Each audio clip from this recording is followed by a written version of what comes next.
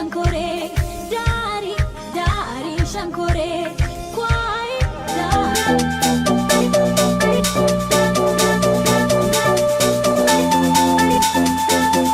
ተጠባቂው ሰርግ ዳናዊት ሽምግልና ተላከላት። ተወዳጇ ጋዜጠኛ ልትሞሸር ነው።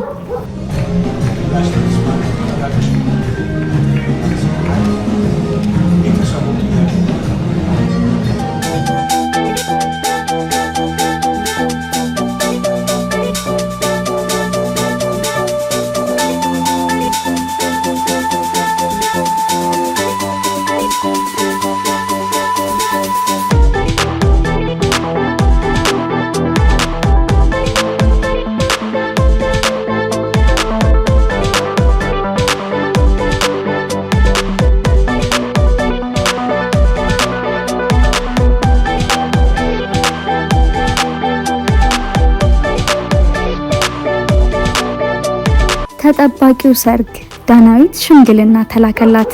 ተወዳጇ ጋዜጠኛ ልትሞሸር ነው።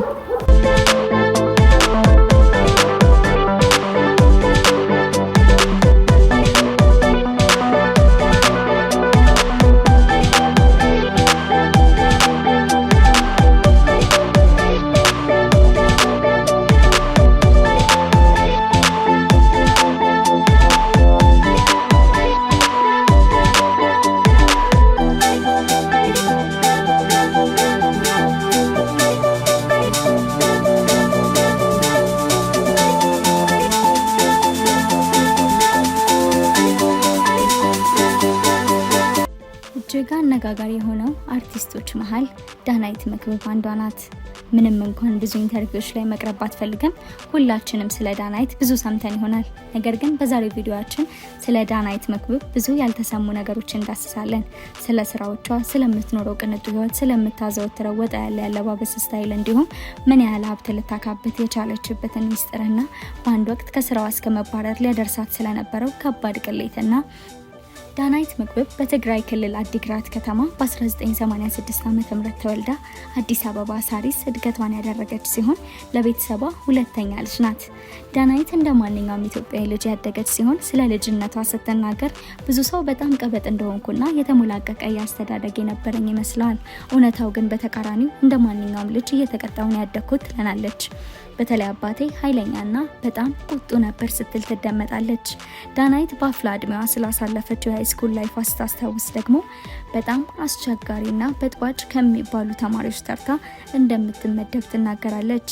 ዳናዊት በባህር ዳር ዩኒቨርሲቲ በቴክስታይል ዲዛይን ላይ የተወሰነ ትምህርቷን ከተከታተለች በኋላ በማርኬቲንግ ማኔጅመንት ከዩኒቲ ዩኒቨርሲቲ ልትመረቅ ችላለች። አብዛኛው ሰው ህልሙን ለማሳካት ብዙ ይደክማል።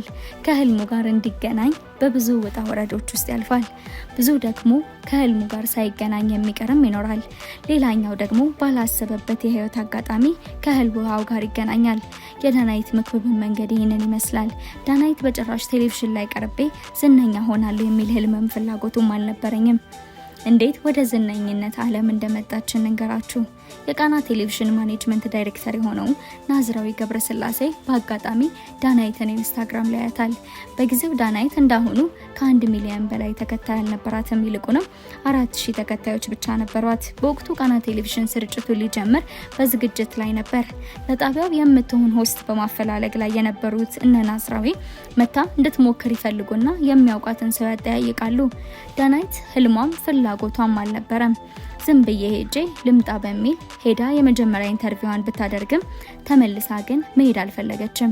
የኋላ በታላቅ እህቷ ቁጣና ውትወታ ከረጅም ጊዜ በኋላ ወደ ቴሌቪዥን ጣቢያው ትሄዳለች። እድለኛ ሆና እነ ናዝራዊ ለቦታው የሚሆን ሰው አላገኙም ነበርና ካሜራ ላይ እንድትሞክር ያደርጓታል። ለመጀመሪያ ጊዜ ቃና ቴሌቪዥን ላይ ሙከራ ስታደርግ ይህንን ይመስል ነበር። ከዚህ ሙከራ በኋላ ተሳክቶላት #ታይም የተባለ ፕሮግራም መስራት ትጀምራለች። በወቅቱ ደሞዟ 4000 ብር ብቻ የነበረ ሲሆን ወደ ስራም ስትሄድ እንደማንኛውም ኢትዮጵያዊ ታክሲ ተጋፍታ ነበር። በኋላም ከጊዜ ወደ ጊዜ ደሞዟ ከፍ እያለ ሲመጣ በቴሌቪዥን መስኮት እየታዩ ታክሲ መጋፋት የማይሆን ነገር ሲሆን መኪና ተከራይታ መጠቀም ትጀምራለች። ዳናይት መክብብ ከዚህ በኋላ በብዙዎች ዘንድ ተወዳጅነትን ለማትረፍ ጊዜም አልወሰደባትም ነበር። በአሁን ሰዓትም ከግማሽ ሚሊዮን በላይ የቲክቶክ ተከታዮች ያሏት ሲሆን ከ1.4 ሚሊዮን በላይ ደግሞ የኢንስታግራም ተከታዮችን በማፍራት ከሀገራችን ቀዳሚ ዝነኞች ሰርታ መሀል መቀመጥ ችላለች። እንዲሁም በእነዚህ የሶሻል ሚዲያ ፕላትፎርሞች ላይ የምትለቃቸው የዳንስ ቪዲዮዎችም ተወዳጅነትን አግኝቶላታል። ዳናይት ሲበዛ ሳቂታ ናት። በቀረጻ መሀል ሳይቀር ሳቋን መቆጣጠር እንደማትቸገር ራሷም የስራ ባልደረቦቿም ይናገራሉ። ይህ ሳቋና ጉንጯ ላይ ያለው ዲምፕል ልዩ መገለጫዎቿና በብዙዎች የሚወደዱላት ነገሯ ነው።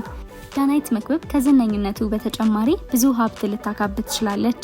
በአሁን ሰዓት ከቴሌቪዥን አቅራቢነት በተጨማሪ በርከት ላሉ ድርጅቶች ብራንድ አምባሳደር በመሆን ከፍተኛ ተከፋይ ልትሆን ትችላለች። የምታሽከረክረው መኪና እጅግ ቅንጡ የሆነውን መርሴዲስ ቤንዝ GLE ሲሆን ይህም መኪና በብዙዎች ዝነኞች ዘንድ ተወዳጅ ነው።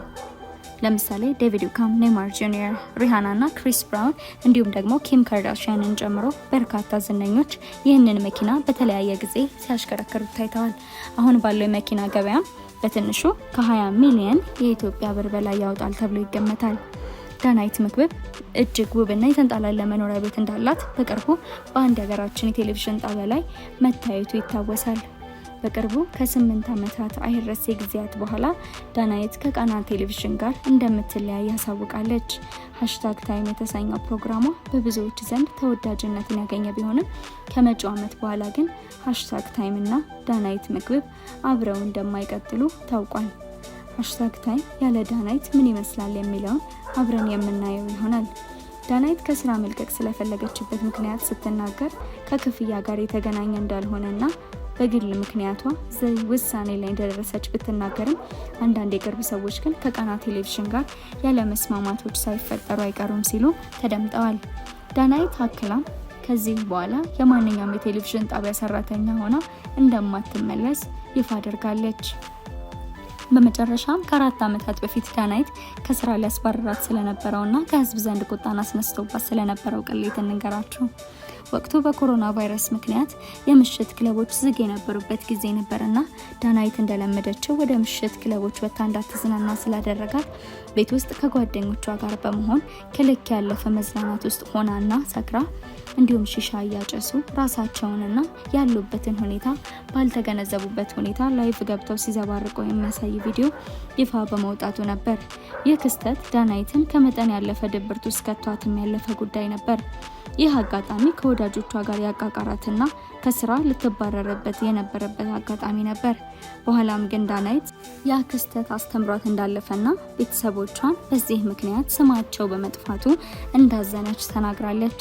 የኢትዮጵያ ሕዝብንም ይቅርታ ጠይቃለች። ዳናይት በተለያየ ጊዜ ጂጂን አብዝታ እንደምትወዳት ስትናገር ይደመጣል። የጂጂን ጉራማይሌ የተሰኘውን ሙዚቃ እንደዚህ ዘፍናው ነበር።